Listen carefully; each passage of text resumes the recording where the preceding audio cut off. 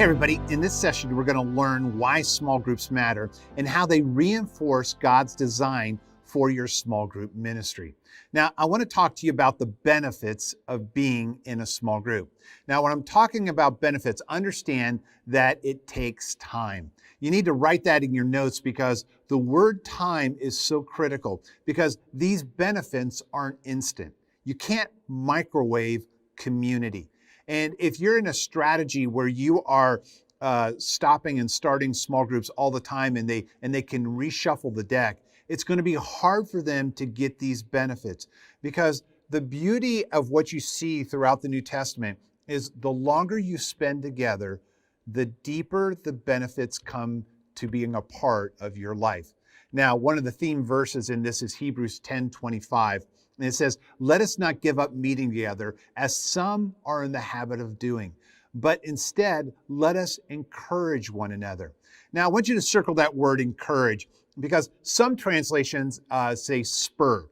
The point of this verb right here is to understand that people don't naturally gravitate towards God. They don't naturally gravitate towards wanting to see these benefits, but you're going to have to help encourage them. You've got to help see them the positive ways that this can happen.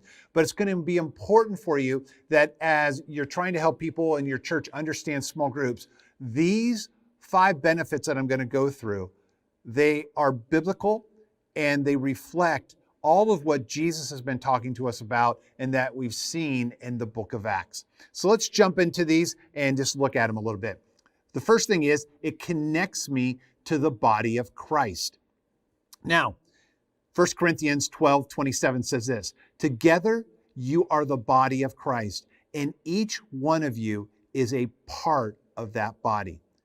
Let me ask you this question.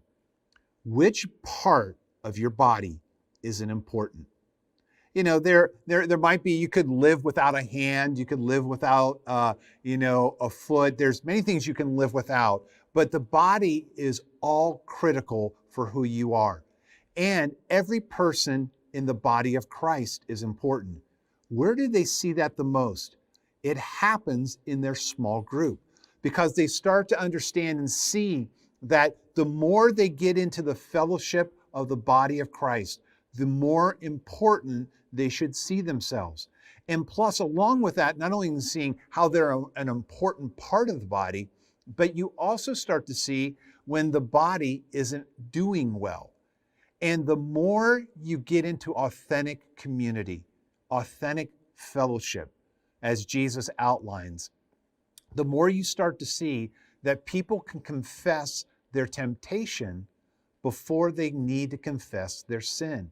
And that's how the body works together, both in the positive and when we're having troubles.